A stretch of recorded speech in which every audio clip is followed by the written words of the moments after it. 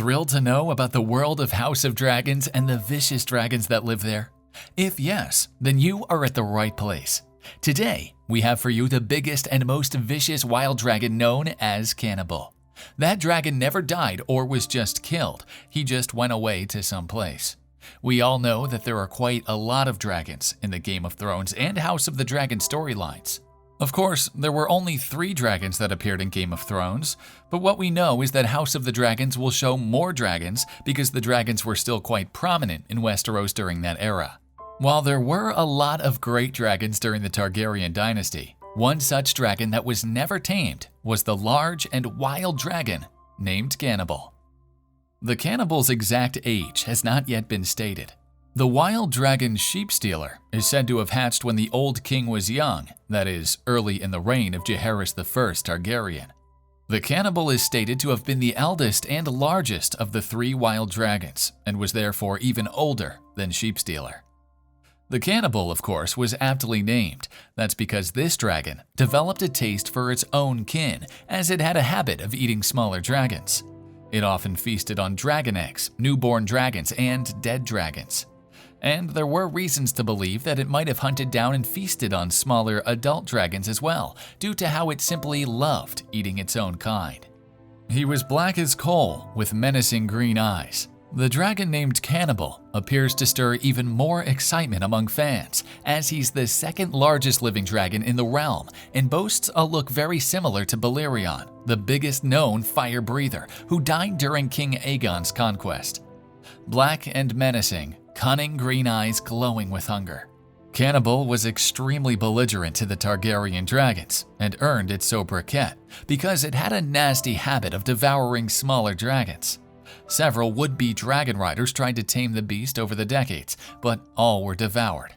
Even during the Dance of the Dragons, when the Blacks needed every dragon they could get their hands on, no one tried to mount Cannibal. As such, it spent the war terrorizing the common folk. Because of the fact that the cannibal was so wild and ferocious, no one was ever able to tame this large dragon. In fact, those who tried taming it ended up getting killed or eaten, as the lair of the cannibal is littered with the bones of dead dragons and people who tried to claim it. As such, it became the most feared dragon during the better half of the Targaryen dynasty. Some among the small folk of Dragonstone claimed that the cannibal lived on the island even before the Targaryens arrived in 114 BC.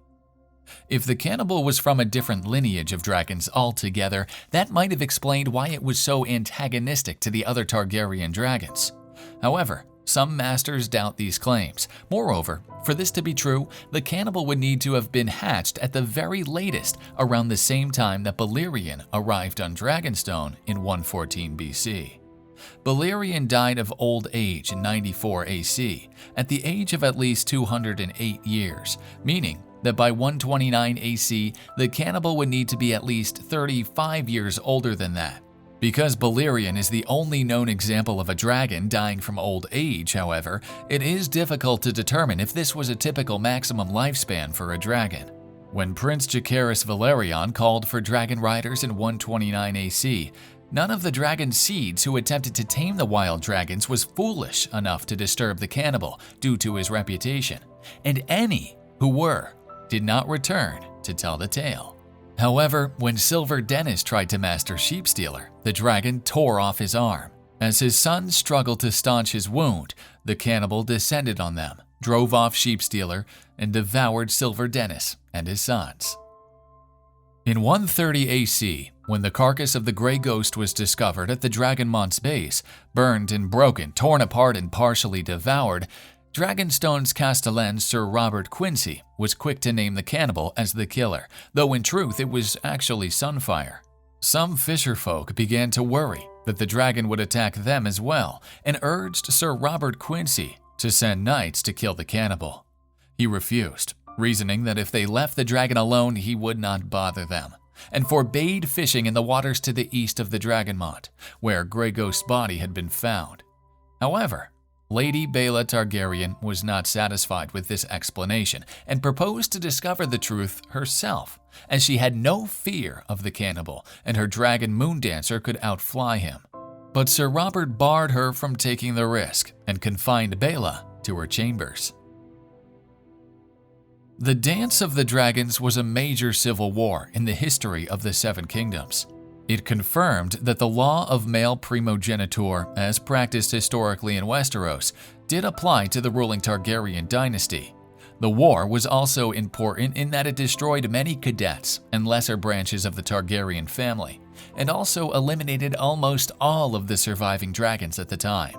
The Cannibal was one of the 4 dragons that survived the Dance of the Dragons, but vanished after the war.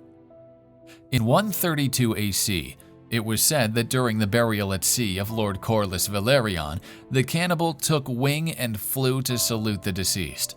No one really knows if there is a connection between them or not. However, other Meisters claim that if Cannibal were there present, he would be more likely to eat everyone, including the corpse, than salute it. That's it for the video. If you enjoyed this video, hit the like button and subscribe to our channel.